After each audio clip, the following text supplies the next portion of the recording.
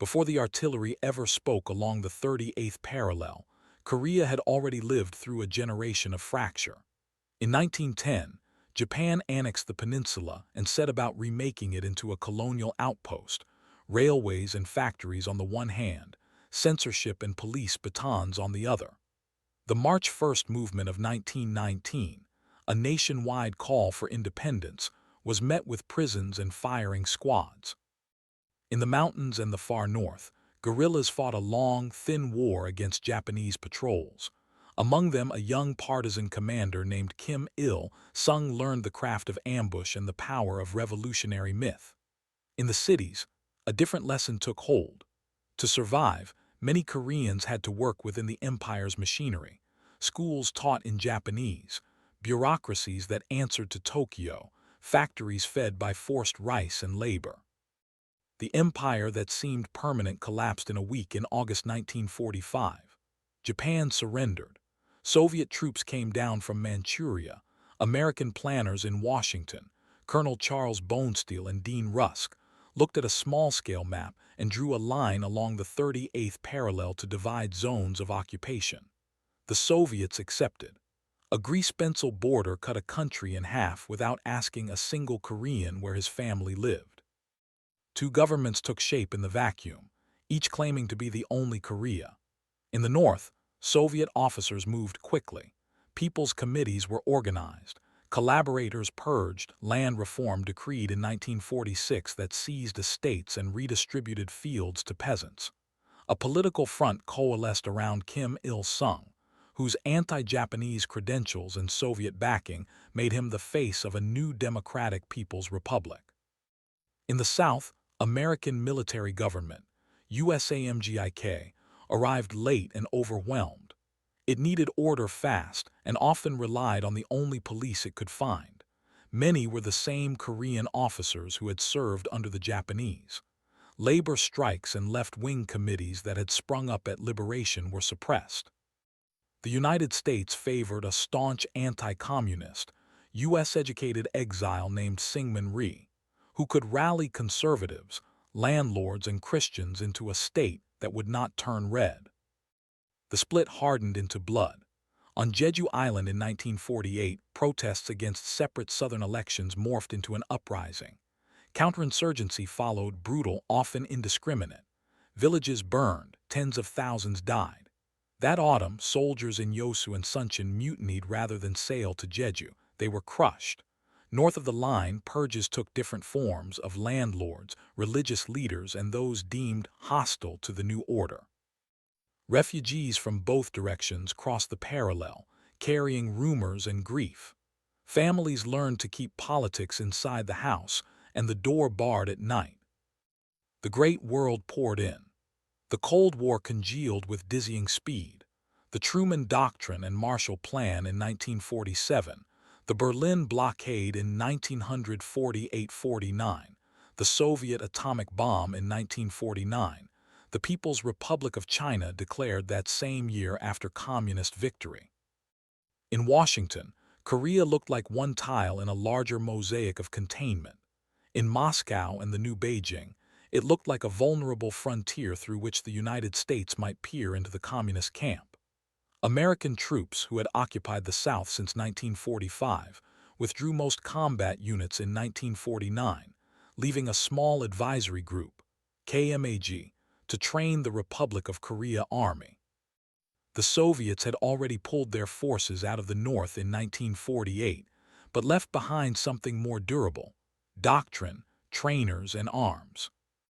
On paper, both Korean states were born in 1948, the Republic of Korea in Seoul that August, the Democratic People's Republic of Korea in Pyongyang that September. In reality, both saw themselves as provisional regimes with unfinished business. Each proclaimed sovereignty over the whole peninsula. Each spoke of reunification not as compromise but as victory. Elections and negotiations were proposed, then sabotaged by mistrust. A United Nations sponsored vote was held only in the South. The North dismissed it as illegitimate. The Korean question hardened into two capitals with two flags and one map in their hearts. The frontier between them was a fuse. Through 1949 and into early 1950, the 38th parallel was less a line than a shooting gallery. Skirmishes flared in Ongjin and Kaesong, patrols probed, raids crossed and recrossed. Casualties in these border wars ran into the thousands. The armies on either side were not symmetrical. The North fielded divisions equipped with Soviet T-34/85 tanks, 122 and 76 artillery, and submachine guns. Many officers had fought with guerrillas or alongside the Red Army. The South Korean Army, trained by U.S. advisors, had brave infantry but few heavy weapons, no tanks, almost no anti-tank guns, and limited artillery. American policy, wary of provoking the North or China, had been stingy with armaments that could be used offensively. The ROK Army learned to hold lines with rifles and grit, and to fear the silhouette of a tank cresting a hill. The men at the top read the same facts with different eyes. Kim Il-sung believed history favored a bold stroke. He told his patrons that the South was weak, riven by uprisings, and would collapse if pushed. His intelligence reported that the Americans had withdrawn and would not return in force.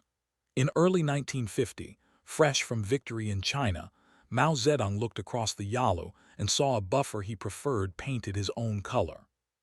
Stalin, cautious after the Berlin crisis and newly armed with an atomic bomb, weighed the risks.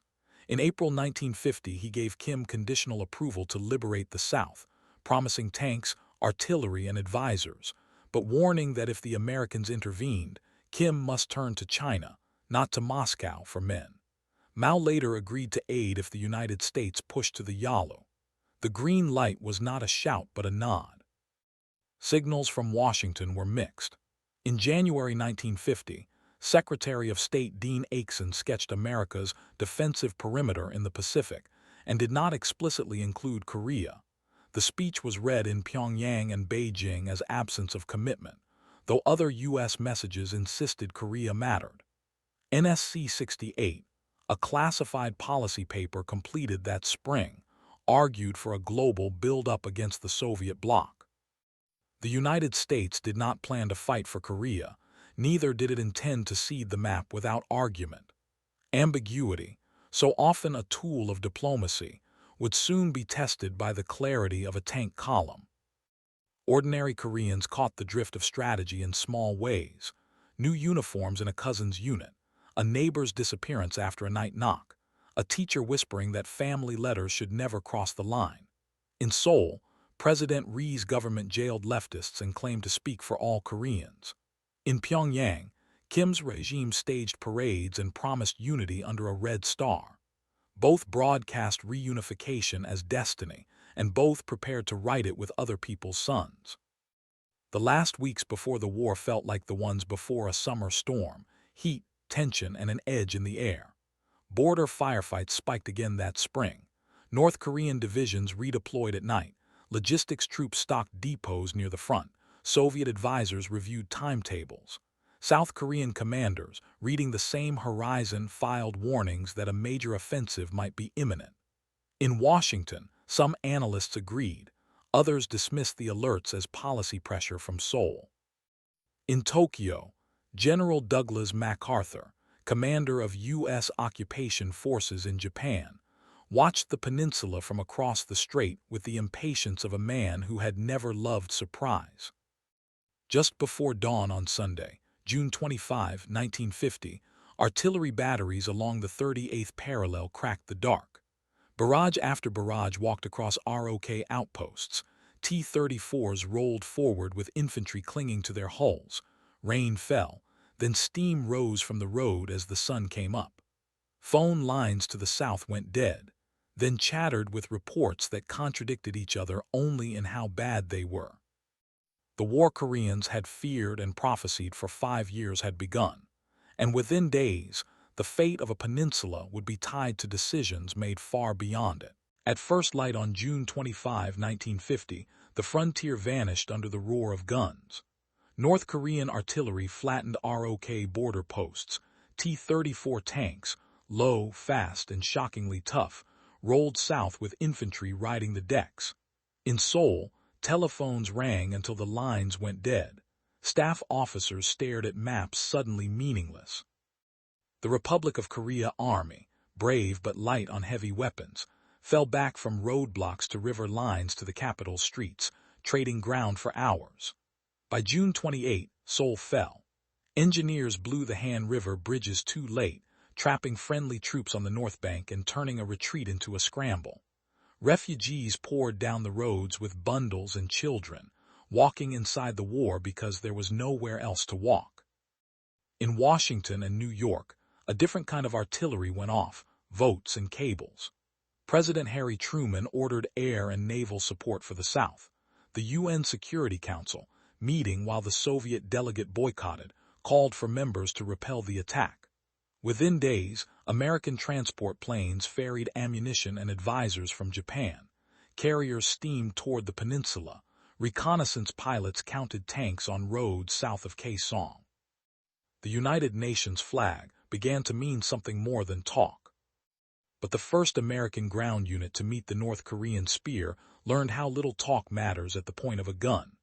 On July 5, Task Force Smith, about 540 soldiers from the 24th Infantry Division with a few 105 howitzers and obsolete bazookas, dug in near Asan to delay the advancing column.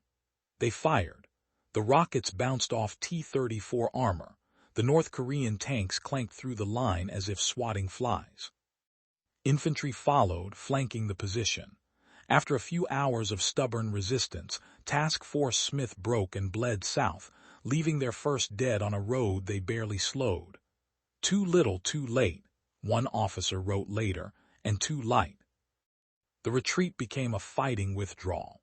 ROK divisions and newly arriving U.S. regiments set up successive delaying positions at Suwon, then Taejon, and along river lines whose names quickly filled situation reports.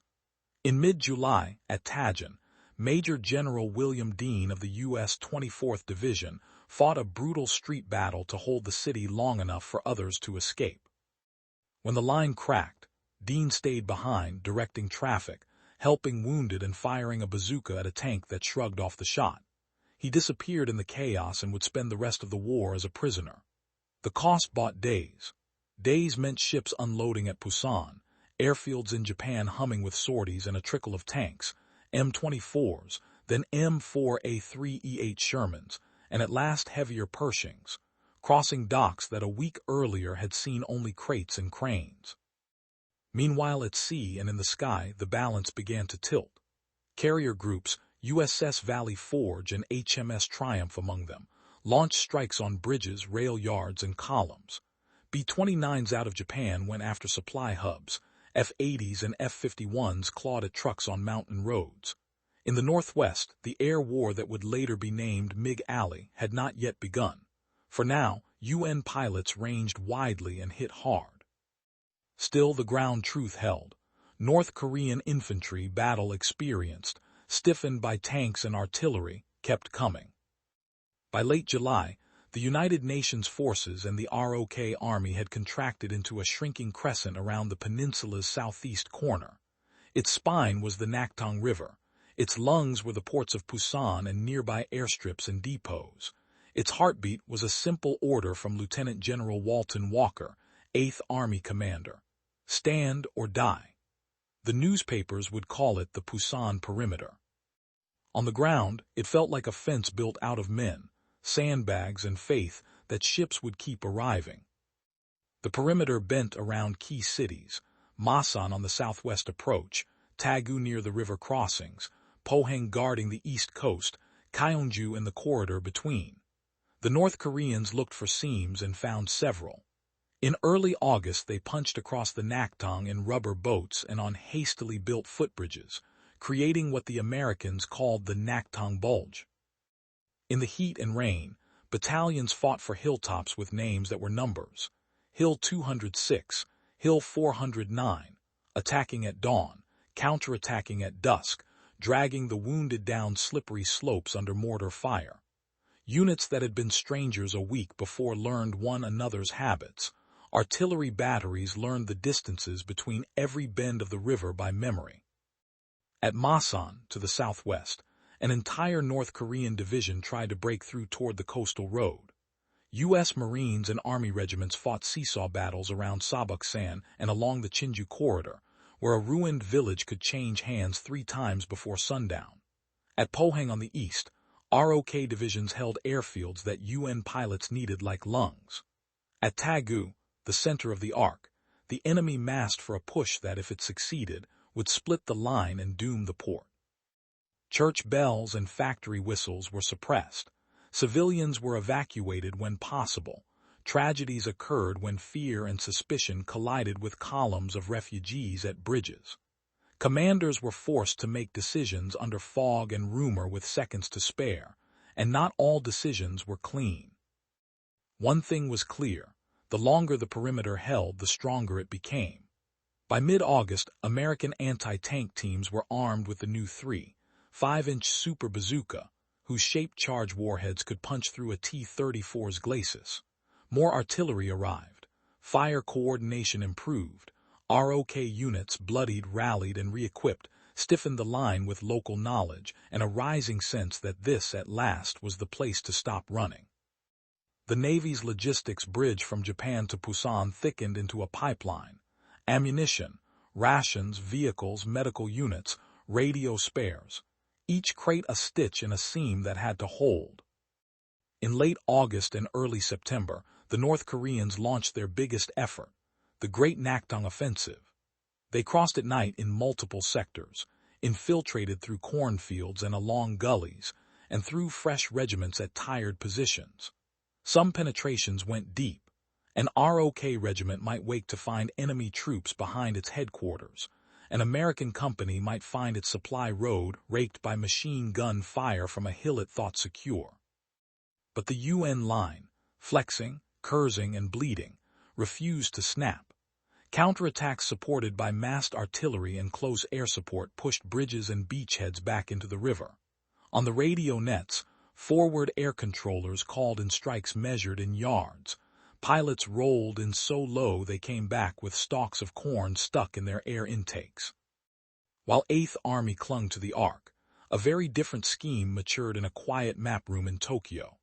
General Douglas MacArthur, commanding UN forces from his headquarters there, had decided weeks earlier that he would not win this war by trading hills on the Nakdong.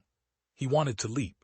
The port of Incheon, behind enemy lines, with murderous tides, a narrow channel, and sea walls that looked like cliffs, was announced by every naval textbook as the wrong place to land. MacArthur called it perfect precisely because it was unthinkable. As August bled into September and the perimeter still held, he ordered ships to concentrate, Marines to embark, and naval gunfire plans to be rehearsed, until every gun captain could recite distances in his sleep. None of that planning mattered if the perimeter broke. It did not. ROK counterattacks blunted one thrust after another. American regiments that had arrived as fragments became brigades that could maneuver. Supply climbed above the red line. On some days the line was no more than a platoon in a ditch. On other days it was an entire division dug into the right hill at the right hour. The North Koreans paid for every mile with men they could not replace as fast as the UN could land new ones. Not all victories were measured on maps. In Tagu's hospitals, surgeons invented shifts long enough to name. In Pusan's docks, Korean laborers and U.S. Navy beachmasters turned chaos into flow. In foxholes along the Nakdong, a private who'd never seen Asia learned the shape of a riverbank by moonlight and knew where to point a grenade before dawn. War is a sum of human smallness and endurance as much as a geometry of arrows. By the second week of September, the North Korean army had thrown itself against the Pusan perimeter and been thrown back. It was still dangerous, still inside the wire in places, but it was also stretched thin, its logistics frayed by air attack, its troops exhausted by forced marches and night crossings. The UN line, once a retreating ribbon, had become a spring. On September 15, far to the northwest, amphibious landing craft would nose up to Incheon sea wall at high tide, and the spring would release. But before the turn, the perimeter had done its quiet work. It bought time, time for ships to bring tanks and men, time for staffs to plan a gamble, time for a country's armies to remember how to stand. The first phase of the war ended not with triumph but with refusal. A corner of Korea had refused to let go. Incheon looked like a place no one in his right mind would choose for an amphibious assault. The tide rose and fell nearly 30 feet, a harbor that became a mudflat twice a day. The channel into it kinked like a river. The approaches were mined. The city itself sat behind a vertical seawall.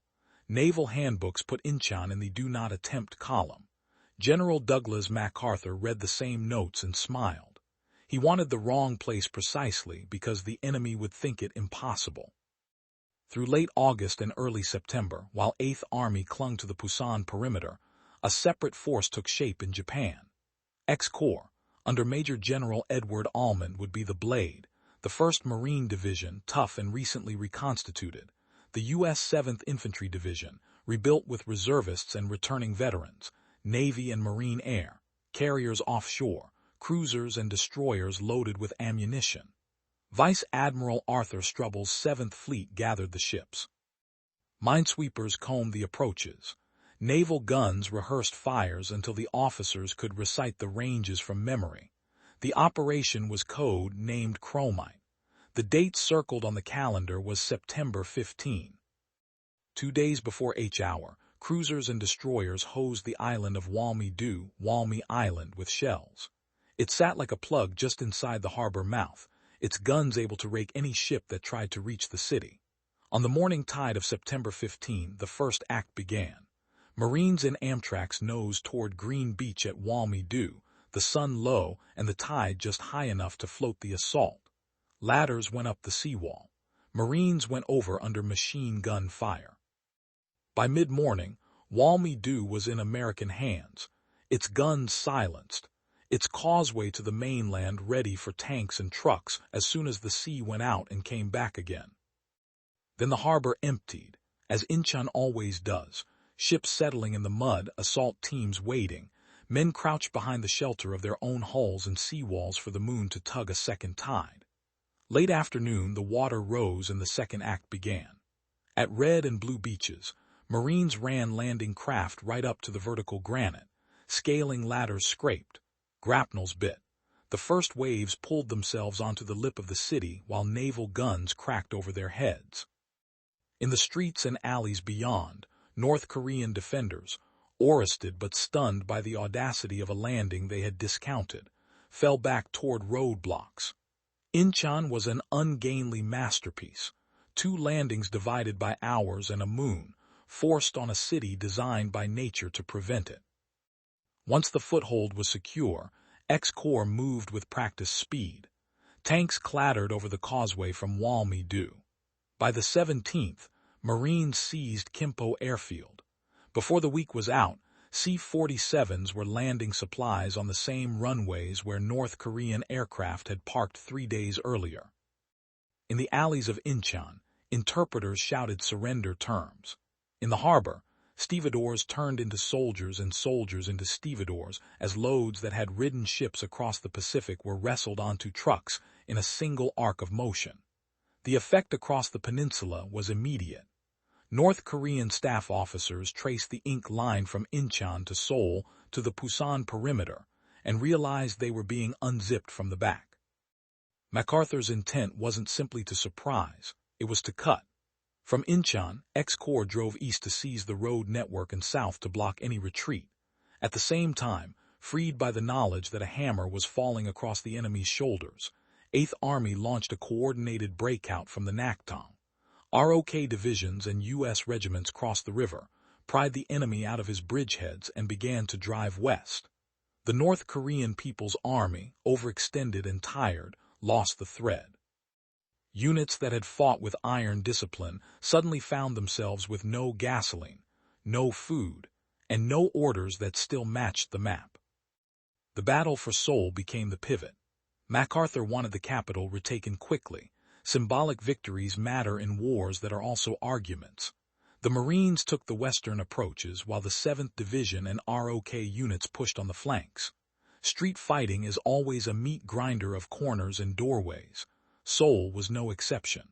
Block by block, house by house, the UN forces moved forward under a net of artillery and air. South Korean soldiers who had retreated through the city in June came back through it now with fists tight on their rifles. On September 25, the South Korean flag rose again above government buildings. President Syngman Rhee returned in triumph. MacArthur, in khakis and open collar shirt, stood for the cameras and declared the capital liberated. Behind the headlines ran a quieter arithmetic. Bridges mattered more than boulevards. When engineers threw spans over the Han, trucks began to move and the enemy's hold south of the river faded. Columns of North Korean prisoners, hungry, filthy, wary, snaked toward barbed wire pens. Refugees drifted in the opposite direction, shoulders bent under bundles, going home to neighborhoods that looked like open mouths in the rubble. For all the photographs of flags, the biggest outcome of Incheon and Seoul was logistical. The North Korean army south of the line ceased to be a coherent field force. It was a set of fragments headed north with UN units on their heels. At the end of September, the Pusan and Incheon axes converged along the spine of the peninsula. 8th Army advancing from the southeast linked with X-Corps near Suwon. Maps in command posts that had been covered in red arrows suddenly shifted to blue. By early October, UN troops reached the 38th parallel. The war's first phase had overturned itself in 3 weeks, from near collapse to a rolling victory that looked, to many eyes, decisive. Then came a decision that would shape the rest of the war, whether to stop at the line or cross it. In Seoul and Washington, politicians weighed legality and prudence. In Tokyo, MacArthur weighed opportunity. The United Nations General Assembly passed a resolution authorizing the UN command to pursue objectives that would lead to a unified democratic Korea, not merely to restore the status quo ante.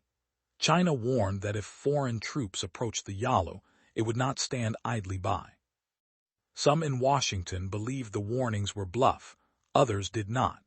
There was no formal U.S. decision to discount Beijing, only a chain of assumptions and hopes. On October 1, South Korean troops crossed the 38th. A week later, 8th Army followed on the western axis. MacArthur, wanting to control the tempo and maintain amphibious flexibility, re-embarked X-Corps at Incheon and sent it by sea to Korea's east coast. Mines off once and slowed the plan to crawl. For 2 weeks, Navy minesweepers fought a silent war with moored and floating charges while Marines paced decks and cursed at a horizon that did not change. When the first wave splashed ashore on October 26, ROK forces had already taken the city. The Marines climbed down the nets anyway, came in through the surf, and turned north along mountain roads toward a cold place no one in the Pacific in September had imagined by name: Chosin. On the western side, 8th Army surged through Sariwon to Pyongyang, which fell on October 19. The North Korean capital yielded in a rush, banners down, soldiers shedding uniforms, statues starring over avenues filled with the dust of tanks. UN forces pushed on, over bitter little rivers and through towns whose names would later be remembered only by those who fought in them. Supply lines lengthened like taut rubber bands. Fuel came forward in 5-gallon cans. Ammunition arrived by rail and then by truck and then by hand. Winter clothing lagged behind autumn optimism. Letters home began to carry a new phrase, half joke and half prayer: home by Christmas. Along the Yalu River's far bank, a new army watched from the hills. Chinese patrols counted uniforms, units, and road columns. In Pyongyang, MacArthur visited and spoke of finishing the job. In Washington, the Joint Chiefs urged him to secure the northern ports and keep his forces aligned so they could support one another. Korea's mountains had another plan. Ridgelines ran like knuckles, roads corkscrewed through passes that a single platoon could block. As ROK divisions pushed toward the Yalu on the east, and 8th Army angled northwest on the west, the distances between columns grew wider. The pauses longer, and the gaps darker at night. Still the advance rolled on. On maps in newspaper offices around the world, arrows pointed north like fingers raised in a classroom. In villages along the Changchan and around the Chasen Reservoir, farmers harvested with their eyes on the road. The North Korean army, wrecked in the south and broken again in the north, ceased to be the main problem. It would be rebuilt later by its allies. For the moment, the question was simpler and more dangerous: whether the next ridgeline hid only frost and a few stragglers, or the vanguard of an army that had not yet shown its hand. At Incheon, the ocean had given MacArthur the victory he believed only audacity could win. The landing had flipped the table, freed the perimeter, and bought the UN forces an advance that felt like momentum trapped in a bottle finally uncorked. As October bled into November, that momentum carried the war to the edge of another country and to the edge of winter. On the rivers where ice began to form at the edges, men in quilted uniforms moved by night. Bugles would soon sound in valleys that had been quiet a day before, and the war would become something different. Not a pursuit of a beaten enemy, but the shock of contact with a new one. The map at the end of October looked like a promise. UN arrows pointed toward the Yalu River, and dispatches talked of finishing the war by Christmas. Then in the mountains that run like knuckles through North Korea, a new army began to move by night. Men in quilted cotton padded their feet with rags. Columns marched without lights. Bugles, not radios, carried orders across ravines. The People's Volunteer Army, Chinese troops under Commander Peng Dihua, crossed the Yalu in the last days of October, slipped into valleys, and, after tasting battle, slipped away again. The first contact at Anjang and Unsan on the Western Front felt like a warning, a hard slap and a disappearance. Some UN officers read it as a token intervention. Others saw a mask. MacArthur's headquarters kept the plan. A broad home by Christmas advance, 8th Army pushing northwest toward the Changchan River and Shinweiju, X-Corps on the east driving through the mountains beyond Wonsan toward the Chasen Changjan Reservoir, and the town of Hyasanjan on the Yalu. The map looked aligned. The country beneath it was not. Ridges ran in ribs, roads corkscrewed along cliff faces. The two UN axes were separated by mountains and winter. On November 24, 8th Army stepped off. The next night the hills erupted. Chinese bugles sounded in the dark, whistles shrilled, flares burst overhead, then waves of infantry surged out of ravines into the UN front. The Chinese fought close, hugging the line to smother artillery and airstrikes. On the western side, along the Changchan River, US and ROK divisions holding a long, brittle front found themselves hit at the joints.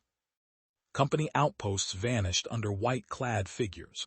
Battalion command posts woke to find platoons in the wire. Regiments that had traced their next day's march instead traced routes of withdrawal. The longest retreat of the war began that night. Not a rout, but a fighting fall back from river to river, ridge to ridge, trying to keep units intact while avoiding encirclement under a moon that made men feel watched. East of the mountains, the story became a legend carved in ice. The 1st Marine Division, spread along a narrow road north of the Chasen Reservoir, was ordered to push toward the Yalu. Elements of the U.S. 7th Division angled farther east over even worse tracks. The Chinese 9th Army Group, newly committed and hidden in the hills around the reservoir, waited for the temperature and the timetable to drop together. On the night of November 27, the cold reached down to seize metal and bone, -20, -30 Fahrenheit, and the bugles began. Chinese regiments slammed into Marine and Army outposts at Udumnai on the west side of the reservoir, and at Hagaru Rai, Code Orai, and along the single-lane road that threaded them together. The road was the lifeline.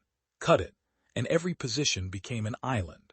In foxholes dug into ground so frozen that picks sparked like flint, Marines fired until rifle oil turned to glue. Medics learned that blood plasma needed to be thawed near engine blocks. Truck radiators froze, brake lines snapped. The breath out of a man's mouth crystallized on the edge of his scarf.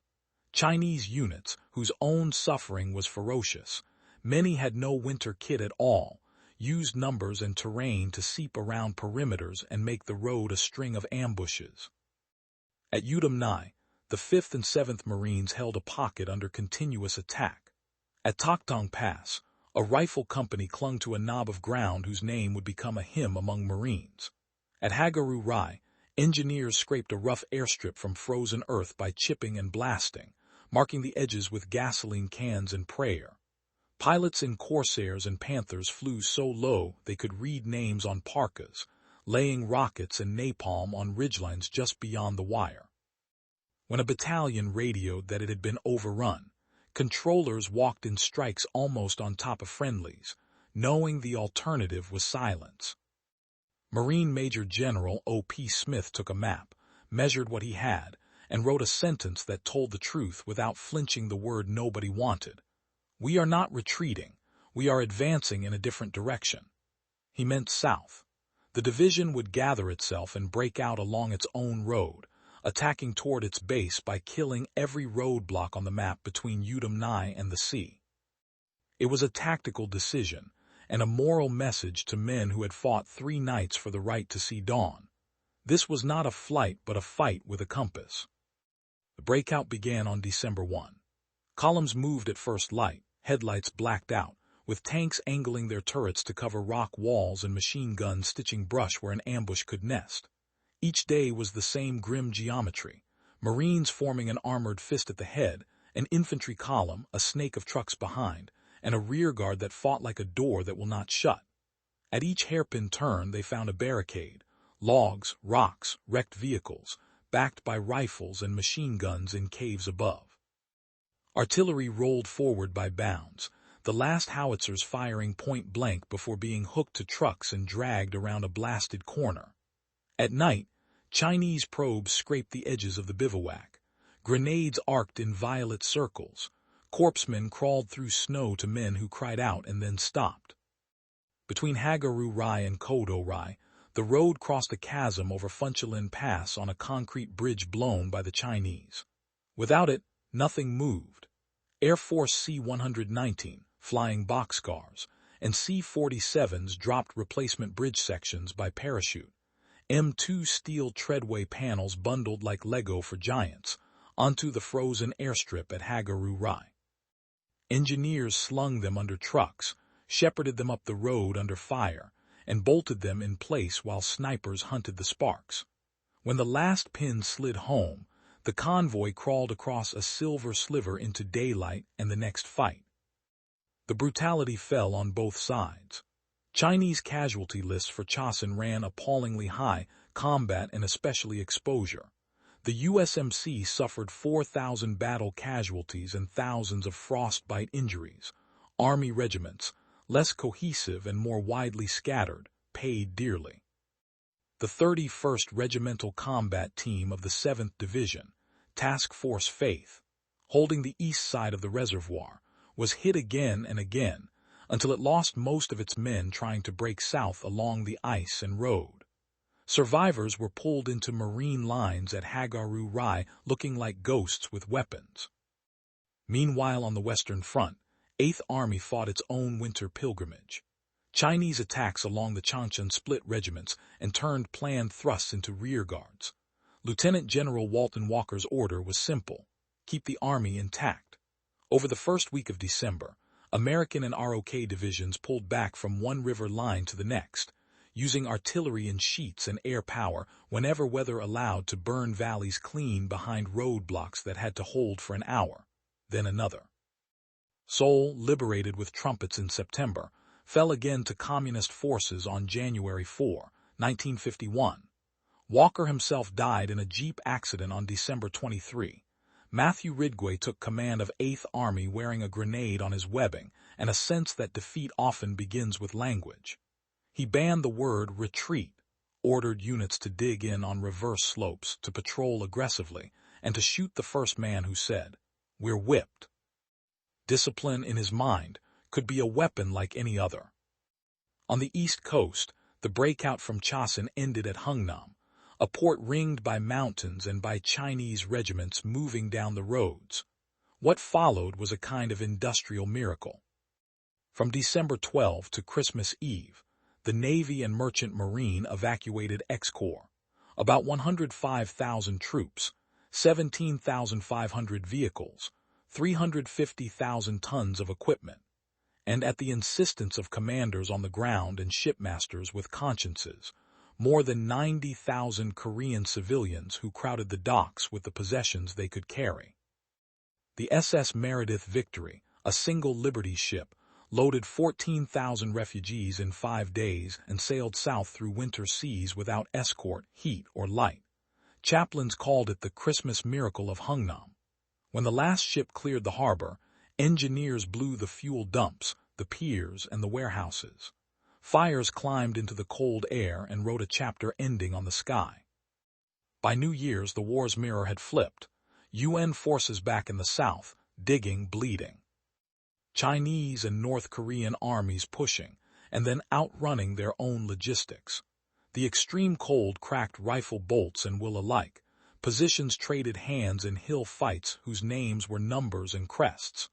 Ridgway's 8th Army began to find its balance, feeling for the flanks of an enemy who preferred night and mass to daylight and maps. Air power returned as the weather cleared.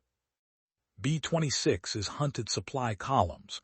F-80s and F-84s swept roads and rail yards. Even cargo planes became lifelines for surrounded companies. The line slowed, then stiffened. China's entry had changed everything. It replaced a collapsing adversary with a fresh one, drew the war away from borders on a map and into a test of endurance and supply, and turned an autumn of pursuit into a winter of survival. It also revealed how thin the UN advance had stretched itself, how far optimism can distort a compass. Chosin became a story told not as victory or defeat, but as a verdict on discipline under impossible weather and numbers. An attack in another direction that saved a division, and by its stubborn excellence, kept a corner of a larger army from unraveling. The retreat ended where the war would soon settle, near the old scar of the 38th parallel. Seoul would change hands once more, then once again.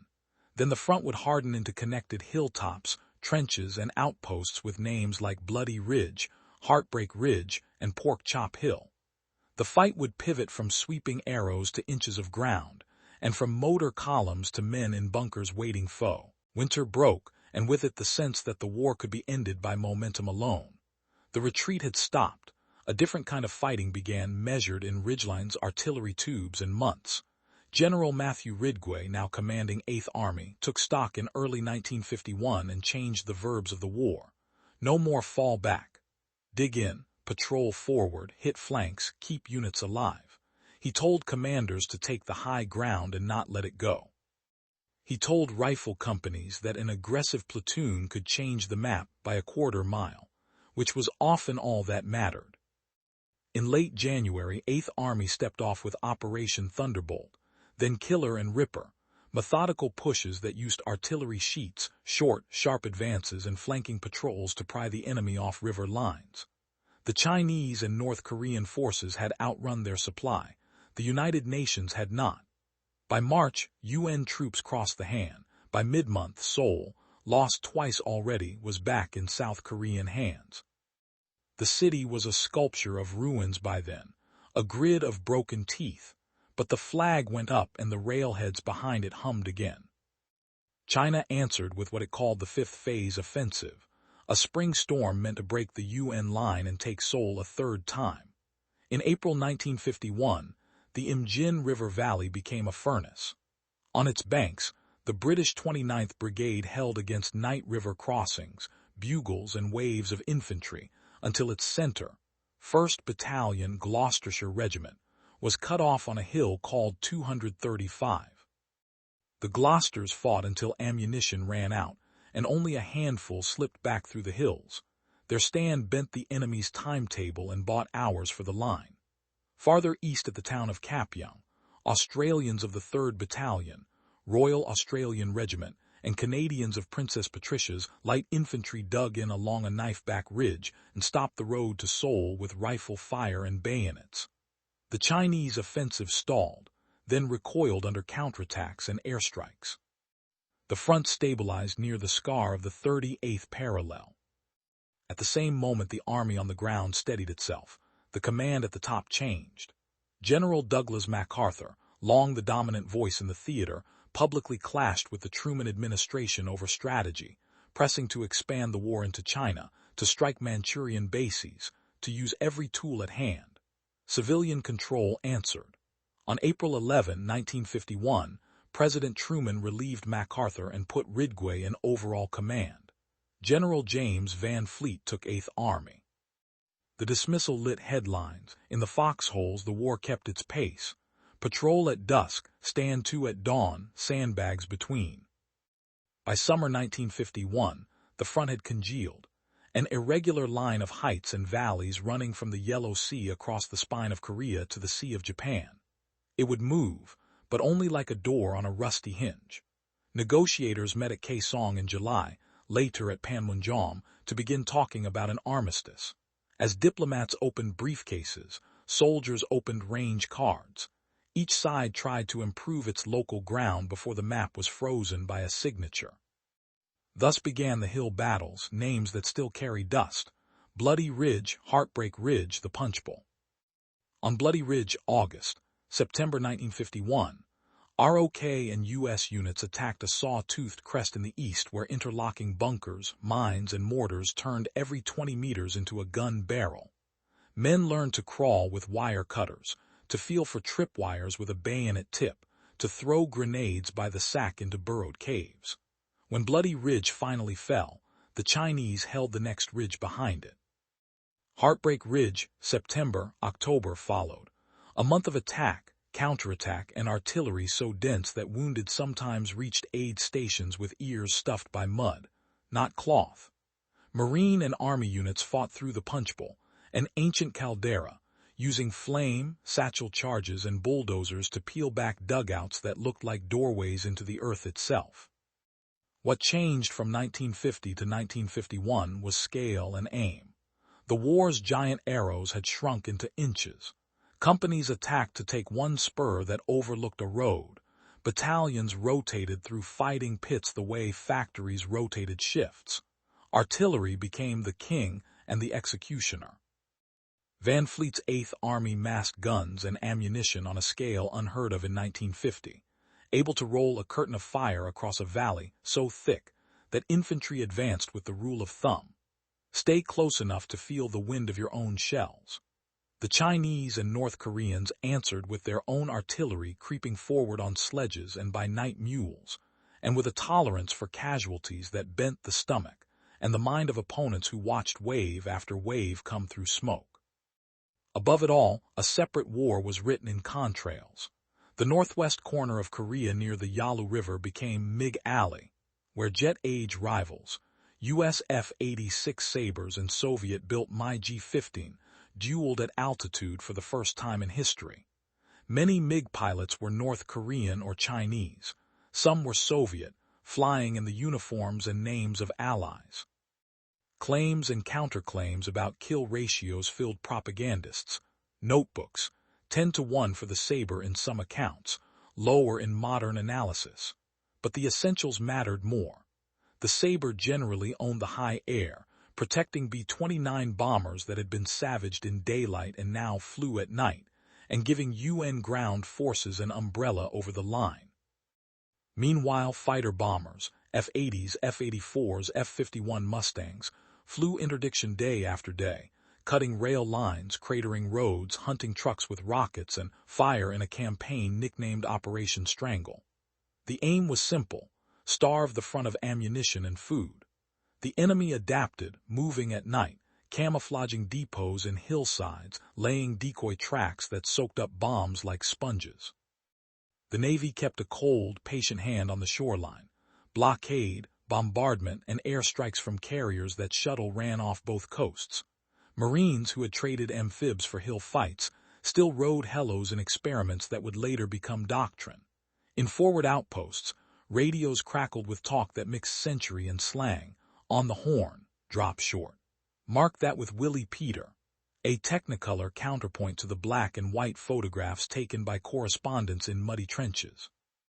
Negotiations ground forward like a cart with a square wheel.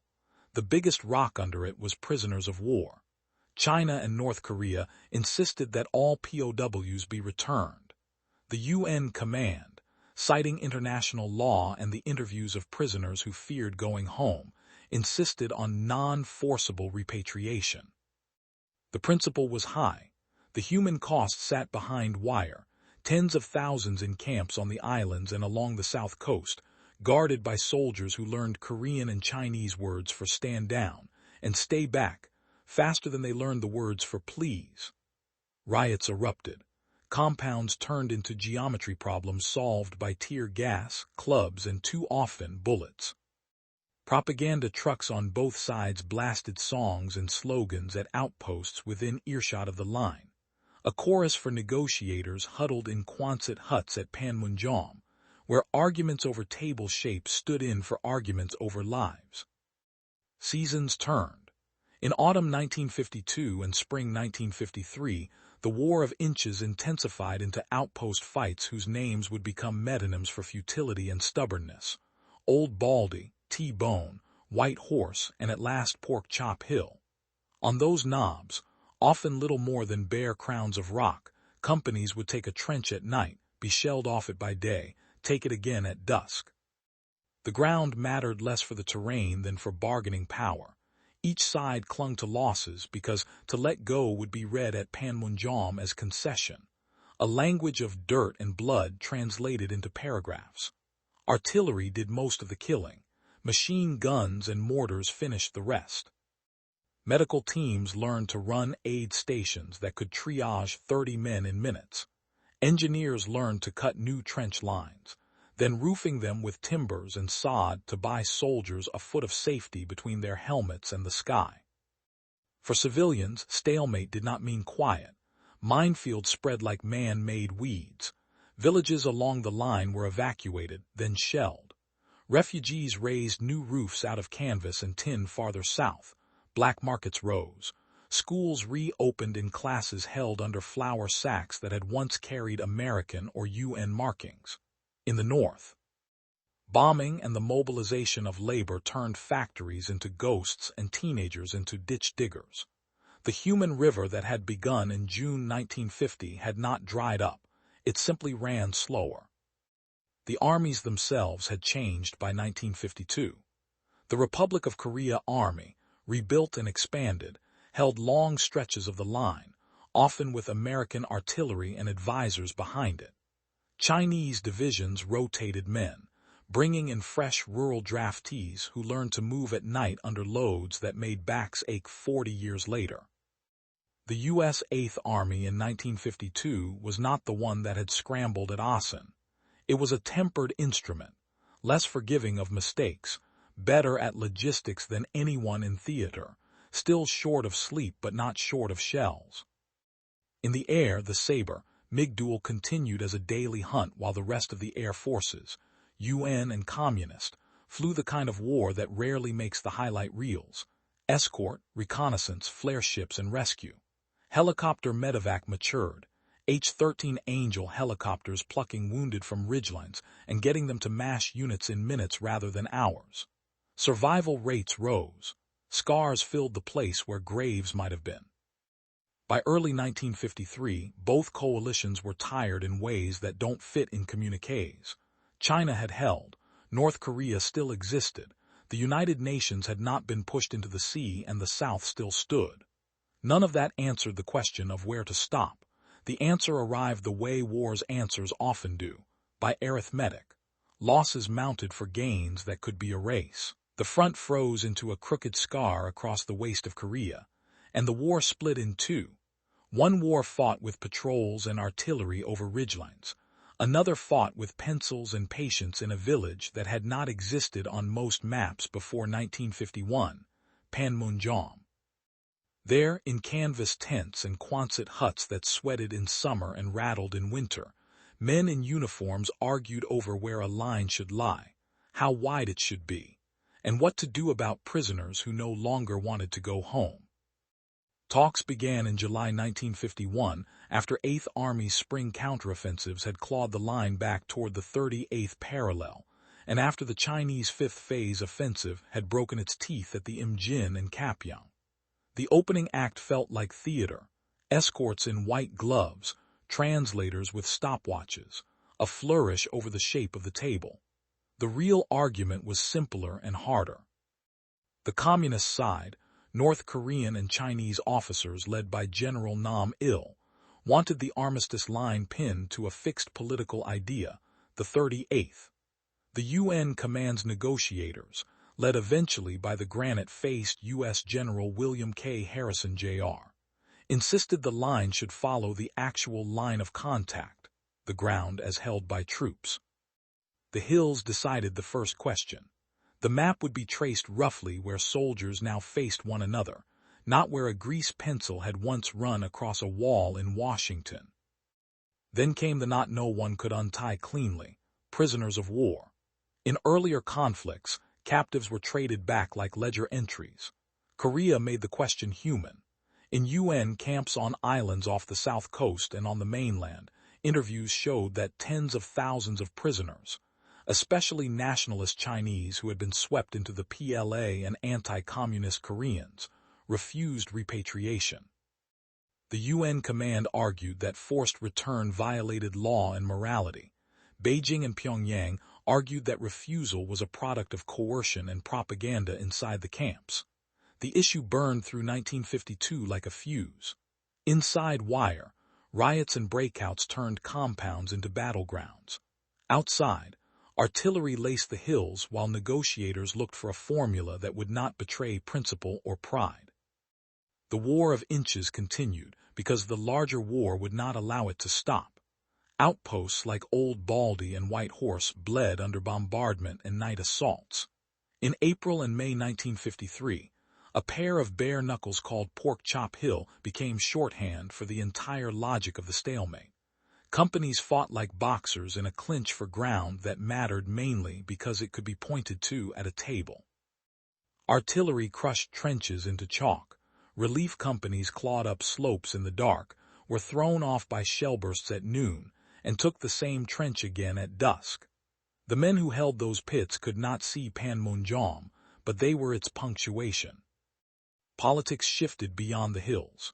Harry Truman, who had fired MacArthur and carried the early war, left office in January 1953. Dwight Eisenhower, elected on a promise to end the fighting, visited Korea in December as president-elect and returned, convinced that an armistice would require both pressure and a way out of the POW dilemma. In Moscow, Stalin's death in March loosened the grip of a man who distrusted compromise on principle. In Beijing, leaders weighed the strain of feeding armies across mountains against the value of holding a line that proved their revolution's strength. The ice under the talks thinned. When movement finally came, it arrived in increments. First, a humanitarian crack in the door, Operation Little Switch, the exchange of sick and wounded prisoners beginning in April 1953. War's rhetoric paused while stretchers moved. Next, a frame for the central problem. Those prisoners who refused repatriation would pass into the custody of a neutral nation's repatriation commission, chaired by India, Lt. Gen. K.S. Thimia, with representatives from Sweden and Switzerland on the UN side and Poland and Czechoslovakia on the communist side. They would be held in neutral camps for a period, interviewed without force, and then allowed to choose. It was a compromise built like a bridge, bolted from both banks, trusted by neither, and just strong enough to cross. Even as the architecture of peace assembled, the fighting lunged for one last advantage. In June 1953, President Syngman Rhee, furious at the idea of any settlement that might freeze division, unilaterally released some 25,000 anti-communist North Korean POWs from South Korean custody, rather than see them pass to neutral supervision. The act nearly wrecked the talks. Beijing and Pyongyang answered with steel. In mid-July, Chinese forces launched the Kumsong offensive in the east-central sector, punching a salient into ROK lines and capturing ground that would force the UN command to accept boundary adjustments under fire. The message was simple: sign soon, or fight for every hill until winter. Air power wrote its own closing arguments overhead. In 1952, UN bombers had shredded hydroelectric plants along the Yalu. In spring 1953, they knocked out dams that flooded railways and fields. The air war's sharp edge, MiG Alley, remained a daily duel. The Sabre held the high air while the MiG's presence ensured no bomber flew daylight missions unguarded. In the valleys, fighter-bombers hunted locomotives and truck convoys under smoke screens laid by retreating drivers. On the sea, carriers kept their orbit, launching sorties that slammed the same bridges by day that enemy engineers rebuilt by night. Each destruction and repair underlined the argument in Panmunjom. Neither side could break the other without paying a price neither wanted to pay. By July, the text of an armistice was complete. It would not end the war. No treaty, no recognition, no reconciliation, only stop it. It set the military demarcation line roughly along the front and carved a demilitarized zone 4 kilometers wide around it, a strip of land that would become both a buffer and a wound. It established a joint security area where officers from both sides could meet under white boards and unsmiling guards. It created a military armistice commission to handle violations and a neutral nation supervisory commission to monitor the introduction of weapons. Clause 13d would later become an argument of its own. It provided for prisoner exchanges. Operation Big Switch would follow the signing, sending tens of thousands home and thousands more to neutral custody. It did not force the Republic of Korea to sign. Refused. The UN command, the Korean People's Army, and the Chinese People's Volunteers would sign for the shooting to stop. On the morning of July 27, 1953, in a low building at Panmunjom, General William K. Harrison, Jr. took a pen in his right hand. Across the table, General Nam Il did the same. Cameras clicked. The moment was brisk, bureaucratic, and heavy. Ink dried. At 10 p.m. that night, the guns fell silent by agreement. Along 1,000 outposts, men listened for shell bursts and heard frogs instead. A trench that had been a death sentence in daylight became a ditch full of July air. Soldiers on both sides stood on tiptoe to see over the parapet and look at enemies who had been shadows for years. Some waved, some stared, some wept. On hilltops that had been proper nouns of pain, medics pulled bandages tighter and for the first time in months did not add new names to lists. Then the work of peace without peace began. The DMZ took shape. Concertina coils, minefields, and signs in multiple languages warning men not to step where a step could restart a war. In a compound under neutral flags, Indian soldiers received prisoners who refused to return, guarded them while emissaries from both sides made their last arguments, and then watched some walk to freedom neither government wanted. In August and September, Big Switch traded waves of POWs in long lines across the truce village. Faces stunned, joyful, blank. Flags that meant home to one set of eyes and exile to another. Families scanned lists for names that would not come back until 1954 as coffins in Operation Glory, the exchange of war dead that followed. The armistice did not heal what the war had cut.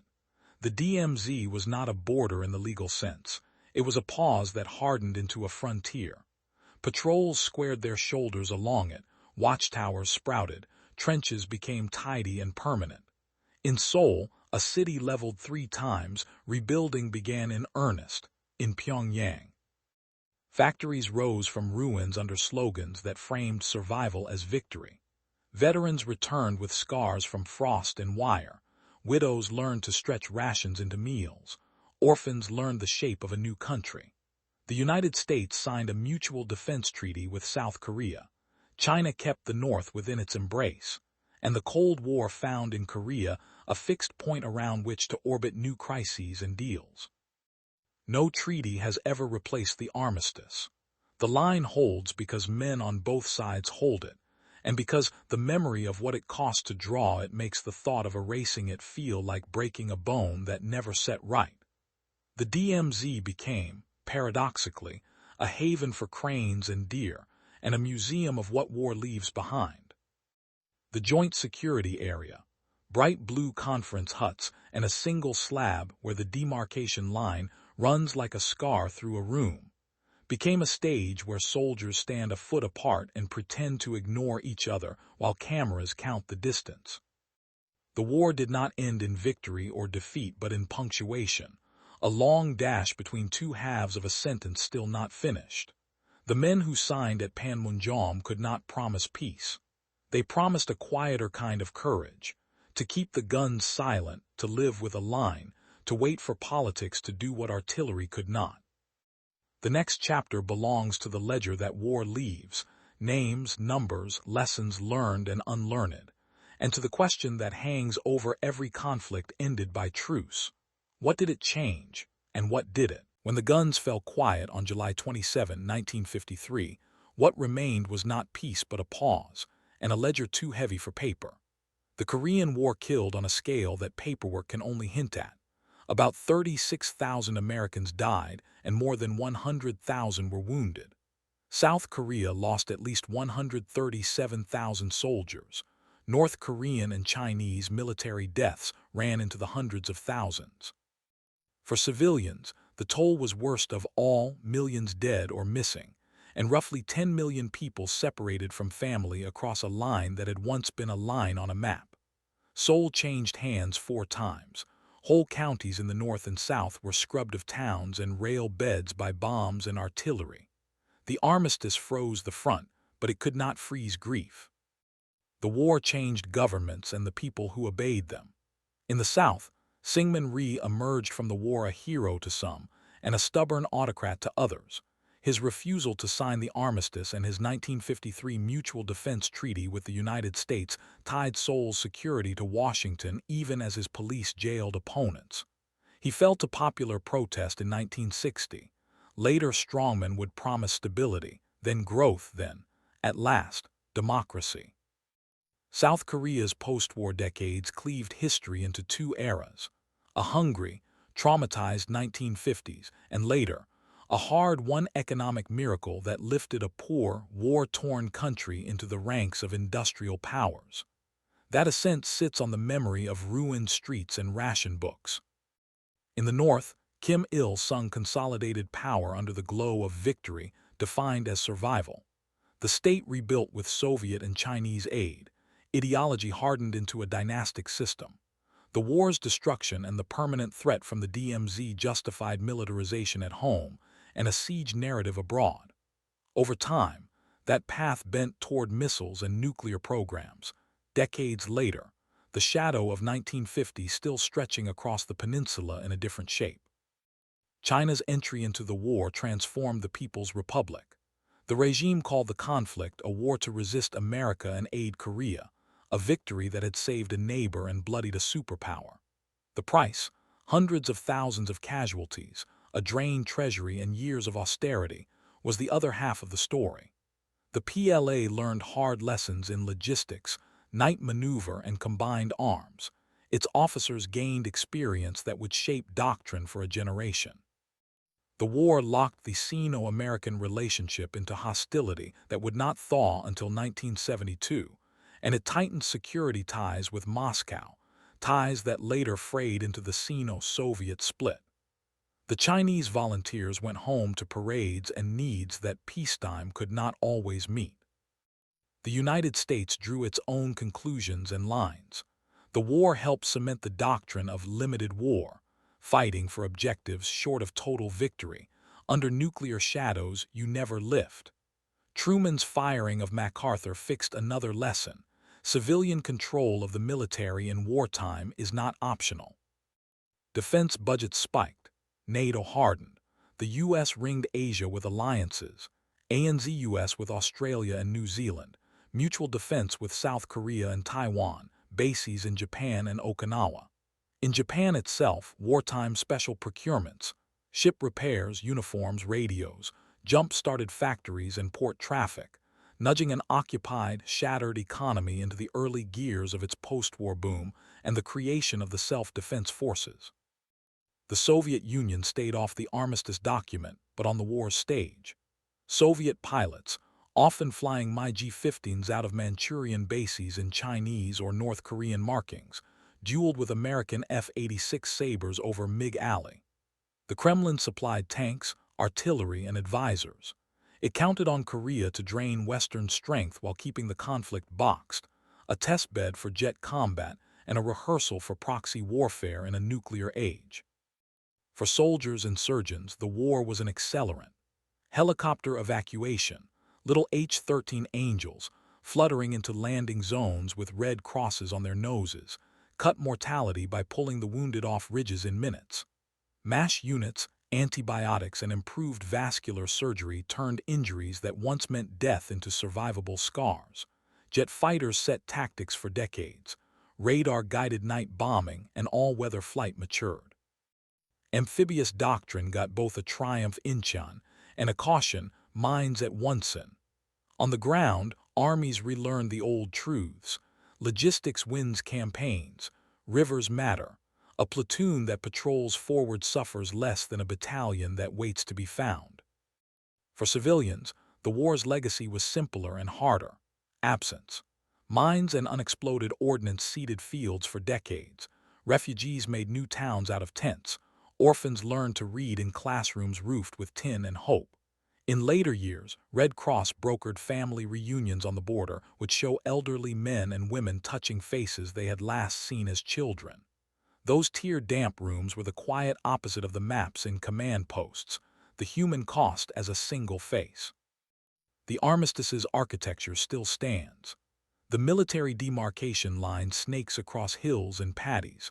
On either side lies a 4-kilometer-wide demilitarized zone, one of the world's most fortified borders and, paradoxically, a flourishing accidental wildlife refuge.